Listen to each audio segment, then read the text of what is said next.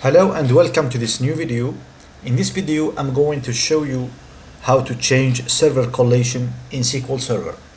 So as you probably know, it is possible to set up a SQL Server collation during installation. So when you are installing the instance, you have the possibility to set the collation.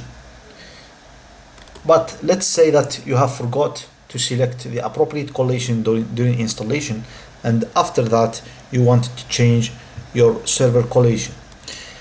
It's a significant task that requires careful planning and execution.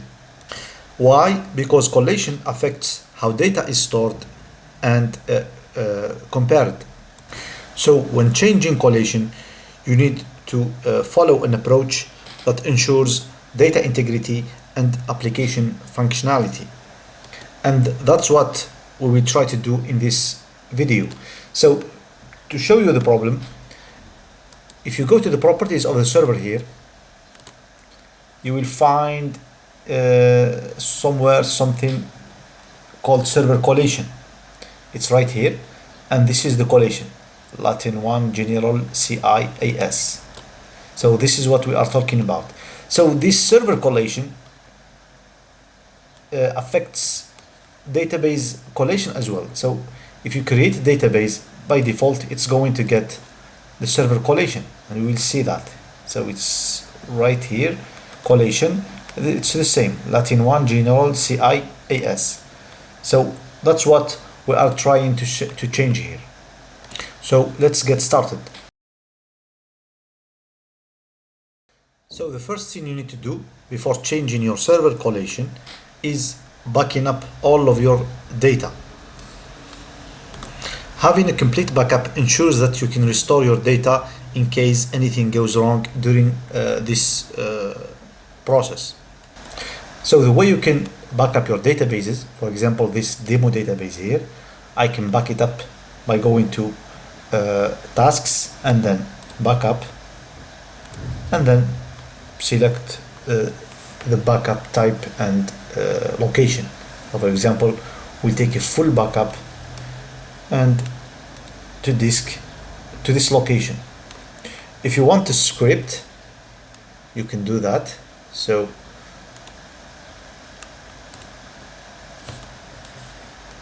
you can run this query on all of your databases. So I'm going to put here my database name, so backup database demo to disk, and then I put the path where I want to put my database backup, for example, and you run this on all of your databases. So this is step number 1.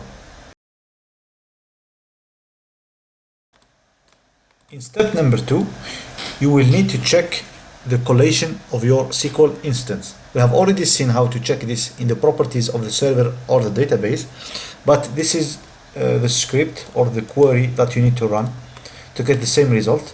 So if I run this, I get the version of SQL, and the most important information is the collation, which we have already seen. So this is the second step.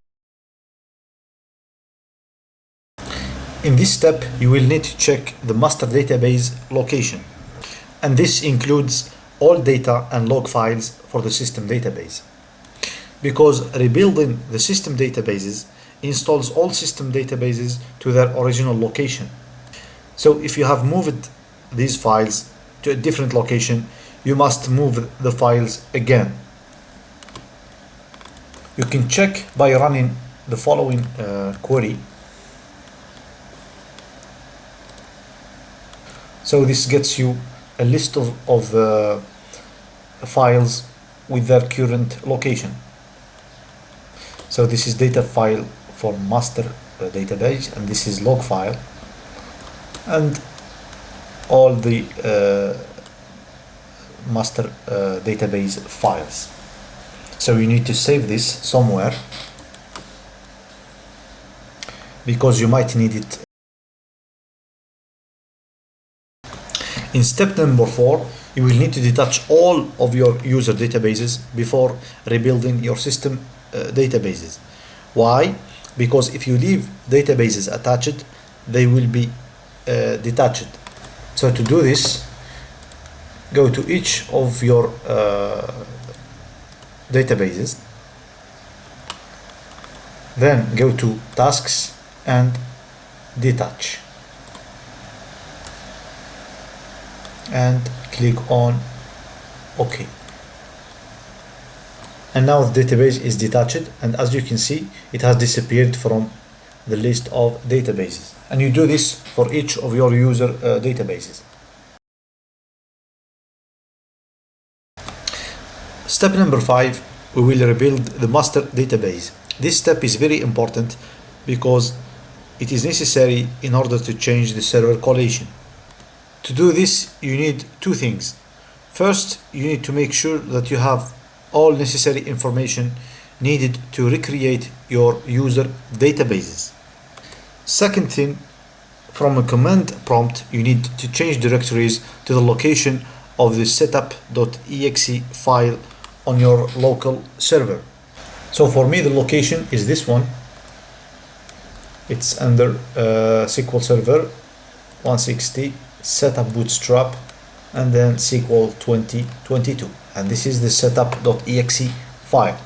So I need to go to this directory via command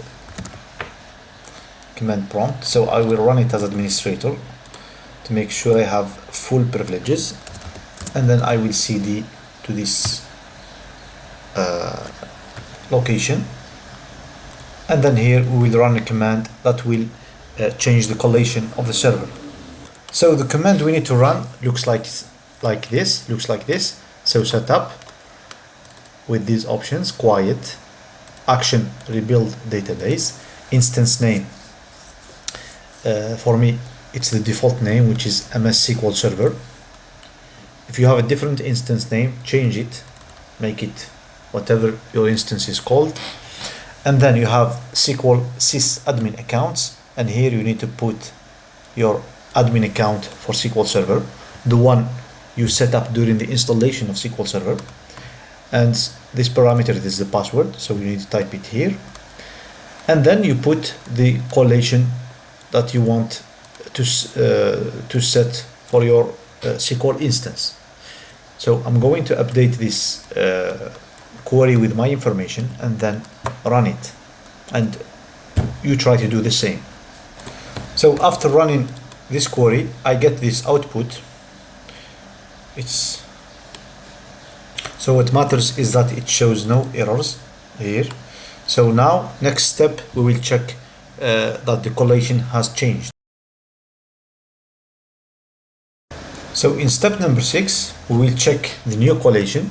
So all you need to do is run this query, select server property collation as server collation, and I get this when I run it, which is the collation that I set up with in the command prompt. So it is what I wanted to have. So now we'll move to step number 7. In step number 7, we will need to attach all the databases that we have detached. So to do that, right click on databases, click attach, add, and select your individual databases. I have only one database, which is the demo database. I will select it and click OK.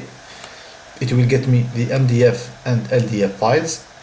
I will click OK, and the database will be attached.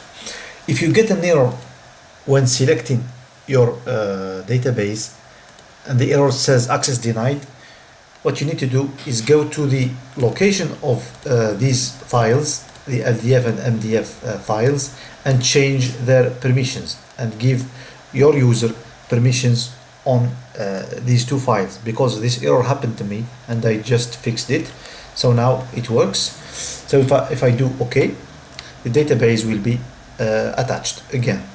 So if I do properties of this database, you can see that this database still have the old collation, and we will need to change it individually. So this is step number 8.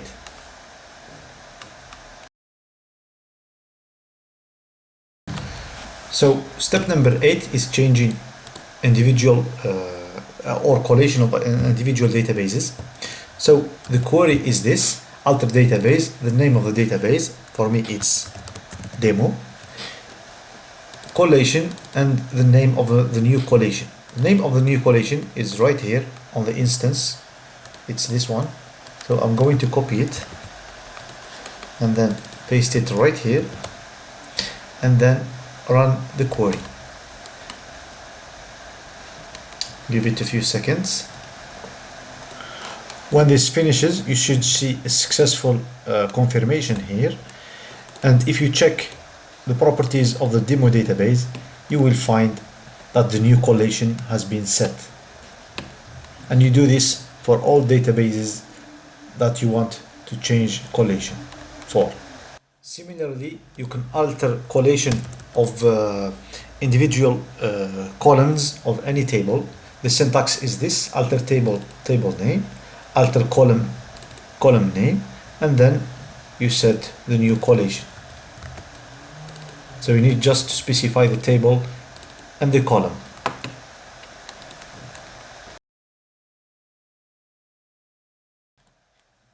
In step number 9, we will see how to rebuild indexes. And the reason why you should rebuild indexes is because changing collation can affect how data is stored and queried. And to rebuild indexes, you use the following command: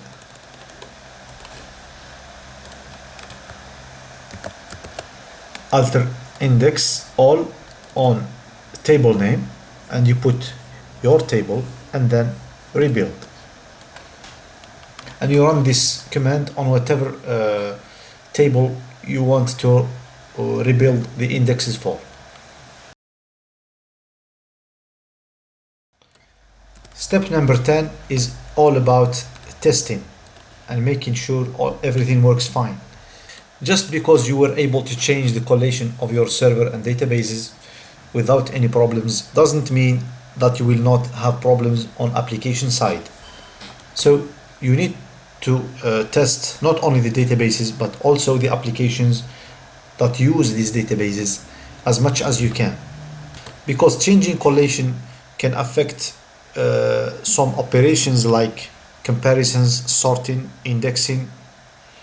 And if it is possible for you, it is better to do these changes on a test environment because before doing this on production, which would allow you to identify and fix any issues.